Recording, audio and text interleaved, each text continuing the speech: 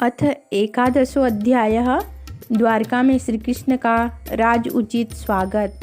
सूत जी कहते हैं, श्री कृष्ण ने अपने समृद्ध अनर्त देश में पहुंचकर वहां के लोगों की विरह वेदना बहुत कुछ शांत करते हुए अपना श्रेष्ठ पांचजन्य नामक शंख बजाया।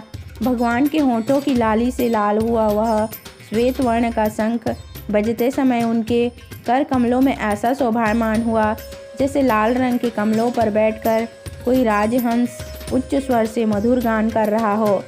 भगवान के शंख की वह ध्वनि संसार के भय को भयभीत करने वाली है। उसे सुनकर सारी प्रजा अपने स्वामी श्री कृष्ण के दर्शन की लालसा से नगर के बाहर निकल आई। भगवान श्री कृष्ण आत्माराम हैं, वे अपने आत्मलाभ से ही सदा सर्वदा पूर्ण काम हैं। फिर भी जैसे लोग बड़े आदर से भगवान सूर्य को भी दीपदान करते हैं, वैसे ही अनेक प्रकार की भेंटों से प्रजा ने श्री कृष्ण का स्वागत किया। सबके मुख कमल प्रेम से खिल उठे। वे हर्ष गदगद वाणी से सबके सुहृद और संरक्षक भगवान श्री कृष्ण की ठीक वैसे ही स्तुति करने लगे जैसे बालक अपने पिता से अपनी तोतली बोली में बातें करते हैं। स्वामिन, हम आपके चरण कमलों को सदा सर्वदा प्रणाम करते हैं, जिनकी वंदना ब्रह्मा, शंकर और इंद्र तक करते हैं, जो इस संसार में परम कल्याण चाहने वालों के लिए सर्वोत्तम आश्रय है, जिनकी शरण ले लेने पर परम समर्थ काल भी एक बाल तक बांका नहीं कर सकता। विश्वभावन, आप ही हमारे माता, सुहृद, स्वामी और पिता हैं। आप ही हमारे सद्गुरु और परम आराध्य देव हैं। आपके चरणों की सेवा से हम कृतार्थ हो रहे हैं। आप ही हमारा कल्याण करें। हम आपको पाकर सनाथ हो गए, क्योंकि आपके सर्व सौंदर्य सार अनुपम रूप का हम दर्शन करते रहते हैं। कितना सुंदर मुख है, प्रेम पूर्ण मुस्कान से स्निग्ध चितवन। यह दर्शन तो देवताओं के लिए भी दुर्लभ है। कमल नयन श्री कृष्ण, जब आप अपने बंधु बांधवों से मिलने के लिए हस्तिनापुर अथवा मथुरा ब्रजमंडल चले जाते हैं, तब आपके बिना हमारा एक एक क्षण कोटि कोटि वर्षों के समान लंबा हो जाता है। आपके बिना हमारी दशा वैसे हो जाती है जैसे सूर्य के बिना आँखों की।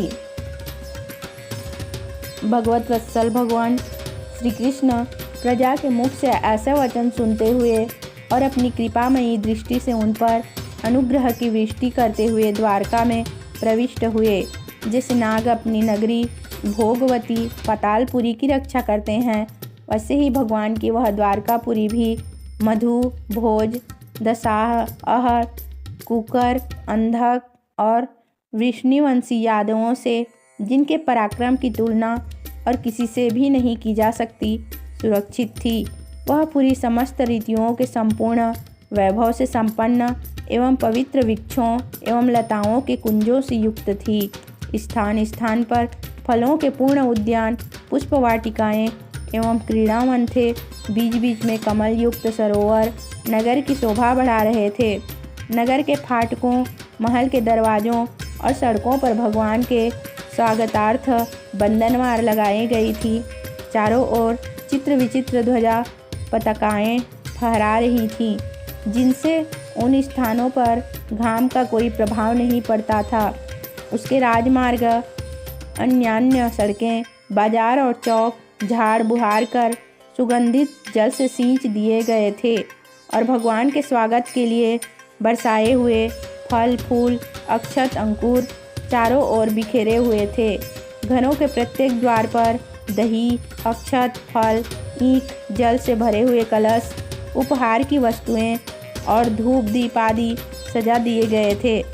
उदार शिरोमणि वसुदेव, अक्रूर, उग्रसेन, अद्भुत पराक्रमी बलराम, प्रद्युम्न, चारुदेशना और जाम्बवती नंदन शाम बने। जब यह सुना कि हमारे प्रियतम भगवान श्री कृष्ण आ रहे हैं, तब उनके मन में इतना आनंद उमड़ा कि उन लोगों ने अपने सभी आवश्यक कार्य, सोना, बैठना और भोजन आदि छोड़ दिए। प्रेम के आवेग से उनका हृदय उछलने लगा।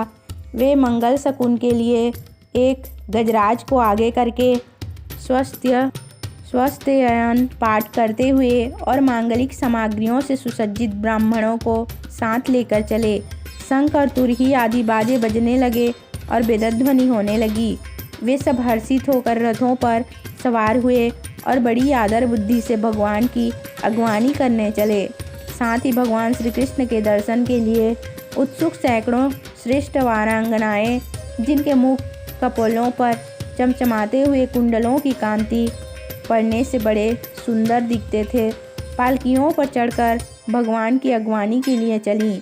बहुत से नट, नाचने वाले, गाने वाले, विरध, बखानने वाले सूत, मागध और बंदीजन भगवान श्री कृष्ण के अद्भुत चरित्रों का गायन करते हुए चले। भगवान श्री कृष्ण ने बंधु बांधवों, नागरिकों और सेवकों से उनकी योग्यता के अनुसार अलग अलग मिलकर सबका सम्मान किया। किसी को सिर झुकाकर प्रणाम किया, किसी को वाणी से अभिवादन किया, किसी को हृदय से लगाया, किसी को हाथ मिलाया, किसी की ओर देखकर मुस्कुरा भर दिया और किसी को केवल प्रेम भरी दृष्टि से देख लिया। जिसकी जो इच्छा थी उसे वही वरदान दिया। इस प्रकार चंडल पर्यंत सबको संतुष्ट करके गुरुजन, सपत्नीक, ब्राह्मण और वृद्धों तथा दूसरे लोगों का भी आशीर्वाद ग्रहण करते एवं बंदीजनों से विरुदावली सुनते हुए सबके साथ भगवान श्री कृष्ण ने नगर में प्रवेश किया।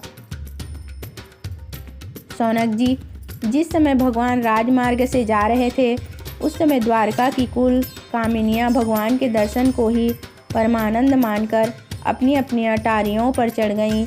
भगवान का वक्ष स्थल मूर्तिमान सौंदर्य लक्ष्मी का निवास स्थान है।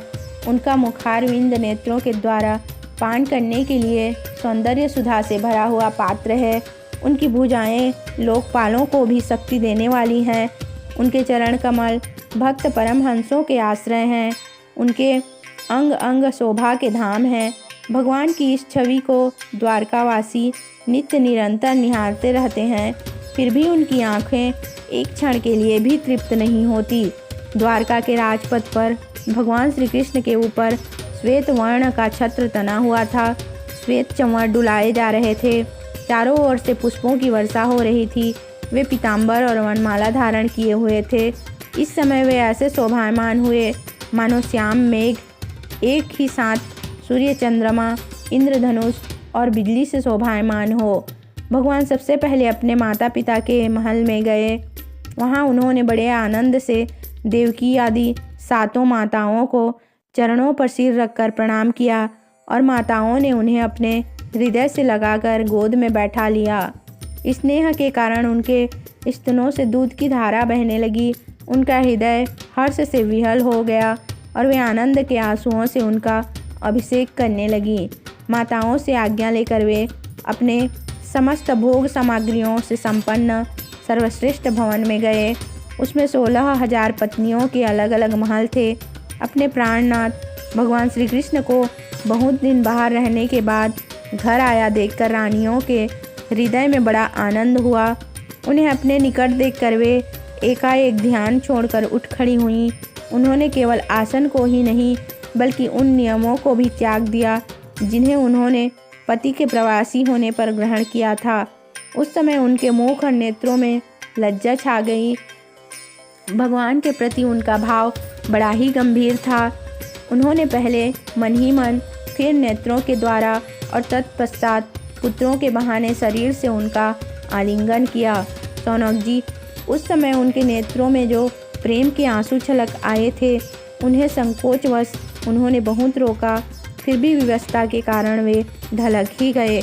यद्यपि भगवान श्री कृष्ण एकांत में सर्वदा ही उनके पास रहते थे, तथापि उनके चरण कमल उन्हें पद पद पर नए नए जान पड़ते। भला स्वभाव से ही चंचल लक्ष्मी, जिन्हें एक क्षण के लिए भी कभी नहीं छोड़ती, उनकी सन्निधि से किस स्त्री की तृप्ति हो सकती है। जैसे वायु बाँसों के संघर्ष से दावानल पैदा करके उन्हें जला देता है, वैसे ही पृथ्वी के भारभूत और शक्तिशाली राजाओं में परस्पर फूट डालकर बिना शस्त्र ग्रहण किए ही भगवान श्री कृष्ण ने उन्हें कई अक्षौहिणी सेना सहित एक दूसरे से मरवा डाला और उसके बाद आप भी उपराम हो गए। साक्षात परमेश्वर ही अपनी लीला से इस मनुष्य लोक में अवतीर्ण हुए थे और सहस्त्रों रमणीय रत्नों में रहकर उन्होंने साधारण मनुष्य की तरह क्रीड़ा की, जिनकी निर्मल और मधुर हंसी उनके हृदय के उन्मुख भावों को सूचित करने वाली थी, जिनकी लजीली चितवन की चोट से बेसुध होकर विश्व विजयी कामदेव ने भी अपने धनुष का परित्याग कर दिया था। वे कामिनियाँ अपने काम विलासों से जिनके मन में तनिक भी क्षोभ नहीं पैदा कर सकी, उन असंग भगवान श्री कृष्ण को संसार के लोग अपने ही समान कर्म करते देखकर आसक्त मनुष्य समझते हैं। यह उनकी मूर्खता है। यही तो भगवान की भगवत्ता है कि वे प्रकृति में स्थित होकर भी उसके गुणों से कभी लिप्त नहीं होते।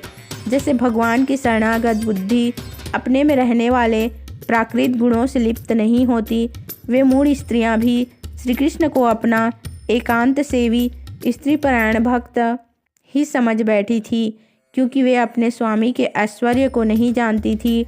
ठीक वैसे ही जैसे अहंकार की वृत्तियाँ ईश्वर को अपने धर्म से युक्त मानती है,